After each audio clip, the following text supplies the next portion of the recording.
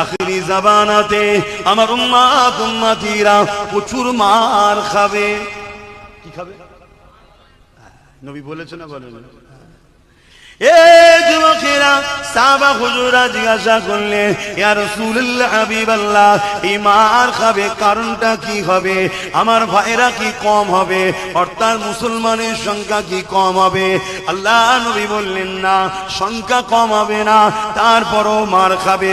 নবী আরেকটু বলেছে, যেমন ক্ষুধার্ত পশুগুলো খাদ্যের থালির ওপরে ঝাঁপিয়ে পড়ে, এইভাবে আমার উম্মতের ওপরে ঝাঁপিয়ে পড়বে, তাদেরকে নুচে নুচে ছিঁড়ে ফিরে খাবে। আজ আমরা চোখে দেখতে পাচ্ছি, মবলিং চিনের নামে তাবরেজকে মেরে ফেললো, জুনায়েদকে মেরে ফেললো, আসফাকুল্লাহকে মেরে ফেললো, এমন করে হাফিজকে মেরে ফেললো, চারিদিকে এমন করে মেরে ফেললো। আসানসোলে হাফিজ ইমাম সাহেবের ছেলেকে মেরে ফেললো, চারিদিকে পিটিয়ে পিটিয়ে পিটিয়ে হিংস্র পশুগুলো ভিড় করে উম্মতে মুহাম্মাদিকে ছিঁড়ে ফিরে মেরে ফেলতে লেগেছে। নবী পাকের কথা মিলে যেতে লেগেছে।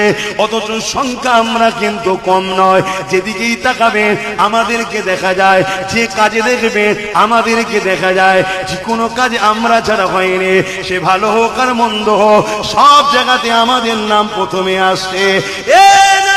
তরুণেরা, তাই রাসূলুল্লাহর হাদিস অনুযায়ী আজ আমরা সংখ্যা তো কম নয়, এরপরও মার খেতে আমরা শুরু করে দিয়েছি।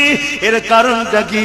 আল্লাহ নবী সাহাবাদেরকে বলেছিলেন, মন দিয়ে শোনে, নবী আমার জানিয়ে দিলেন, এর কারণ হলো তাদের হৃদয় থেকে আল্লাহর ভয় বেরিয়ে যাবে, দুনিয়ার ভয়, মৃত্যুর